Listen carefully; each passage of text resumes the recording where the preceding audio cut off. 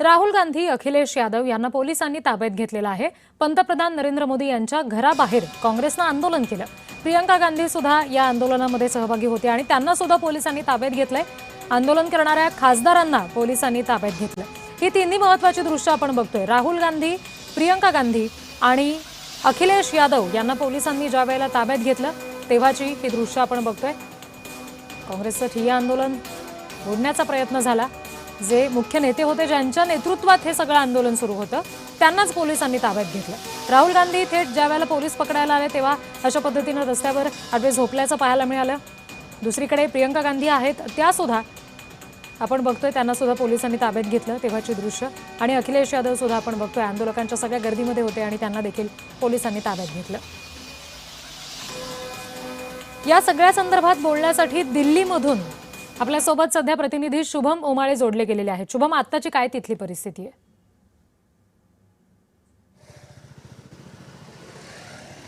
रिद्धी, समजा पाहायला गेलं तर तणावाचं वातावरण हे सध्या पंतप्रधान नरेंद्र मोदी यांच्या पीएम हाऊस जवळ काही वेळ आधीपर्यंत होतं, पण आता मात्र सर्व काँग्रेसच्या त्या सर्व खासदारांना जे आहे ते आता ताब्यात घेण्यात आलेलं आहेत। दिल्ली पोलीस जे आहेत आता त्यांनी ताब्यात घेतलेलं आहे आणि ज्या पद्धतीने ताब्यात घेतलं, ज्या पद्धतीने सगळ्यांना उचललं या ठिकाणावरनं, तर ती दृश्य अतिशय व्हायरल ही आता होत आहेत। संपूर्ण देशात सध्या फक्त त्याचीच चर्चा सुरू आहे। त्यामुळे कालच्या तारखेत दिल्लीमधून काँग्रेस जनता पार्टीचं आंदोलन आणि आजच्या तारखेत कशा पद्धतीने राहुल गांधी असतील, प्रियंका गांधी असतील, मल्लिकार्जुन खरगे असतील, या सगळ्यांना ज्या पद्धतीने पकडून नेलं त्याबद्दलच चर्चा सध्या सुरू आहे। सध्या मी पीएम हाऊस या ठिकाणावर काहीच अंतराच्या दुरीवर आहे, अवघ्या अर्धा किलोमीटरच्या दुरीवर या ठिकाणी पीएम हाऊस आहे। आणि अशामध्येच पहिलं बॅरिगेटिंग जे आहे ते माझ्या समोर आहे। हॉटेल सम्राटचा हा चौक आहे आणि अवघ्या काही मिनिटांच्या अंतरावरच अर्ध्या किलोमीटरवर इकडनं पंतप्रधान नरेंद्र मोदी यांचं शासकीय निवासस्थान आहे। बॅरिगेटिंग आपण बघू शकतो, पहिल्या टप्प्याची ही या ठिकाणी आहे। खरं पाहायला गेलं तर ज्या पद्धतीने विरोधी बाकांवर बसणाऱ्या या संसदेतल्या खासदारांना अटक करण्यात आलेली आहे, आज ताब्यात घेण्यात आलेला आहे, याबद्दलची चर्चा ही दिल्लीमध्ये सुरू आहे, संपूर्ण देशामध्ये सुरू आहे। आणि त्याचमुळे कुठेतरी पुन्हा एकदा या सरकारवर टीका करण्यासाठी नेटकरांना असेल किंवा सर्वांना असेल एक संधी आज मिळालेली आहे। कारण की काँग्रेस जनता पार्टीचं होणारं आंदोलन, त्या अनुषंगाने काल लाठीचार्ज झाला होता। संपूर्ण आंदोलन हाताळण्यासाठी पोलीस बळाचा वापर हा करण्यात आला होता। आणि मात्र त्यानंतर आज ज्या पद्धतीने राहुल गांधी यांना ताब्यात घेण्यात आलेला आहे त्यामुळे चर्चेचा विषय झालेला आहे की नेमकं सरकारच्या मनात काय आहे।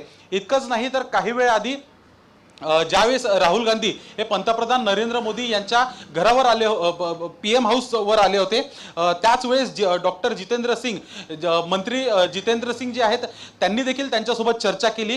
त्यानंतर ते आतमध्ये देखील गेले होते, मोदी यांच्यासोबत देखील त्यांची भेट झाली। बाहेर आले, त्यांनी ट्विट केलं, त्यांनी माध्यमांना आपली प्रतिक्रिया नोंदवली। आणि त्यानंतर मात्र या सर्व आंदोलनामध्ये कुठेतरी पोलिसांची देखील एंट्री झाली आणि पोलिसांची एंट्री झाल्यानंतर थेट ताब्यात घेण्यासाठी सुरुवात झाली। त्यांना ज्या पद्धतीने उचलून या ठिकाणावर नेलेलं आहे, ज्या पद्धतीत पोलिसांच्या गाडीमध्ये टाकलेलं आहे, त्याची चर्चा आता ही या ठिकाणी होत आहे।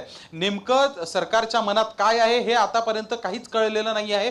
पंतप्रधान नरेंद्र मोदी यांची एक प्रतिक्रिया ही समोर आली होती की नीट परीक्षा घोटाळ्याच्या प्रकरणी कारवाई जी आहे ती कठोर होत आहे, 14 जणांना ताब्यात देखील घेतलेलं आहे, अशा पद्धतीत देखील सांगण्यात आलेलं आहे। पण मात्र नेमकं या अधिवेशनादरम्यान म्हणजे पावसाळी अधिवेशन 2026 हे कुठेतरी आता सरकारसाठी हे निगेटिव्ह आहे का, अशा पद्धतीची आता चर्चा जी आहे ती होत आहे।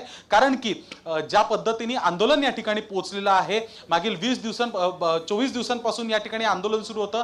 हे आंदोलन झाल्यानंतर काल अधिवेशनाचा पहिला दिवस दीपके या ठिकाणावर निघाले होते, तर त्यांच्यासोबत गीतांजली वांगचूक असतील किंवा मग इतर काही मान्यवर आणि लाखोंच्या संख्येने या ठिकाणी काँग्रेस जनता पार्टीला समर्थन देणारे सर्व देशभरातून आलेले समर्थक।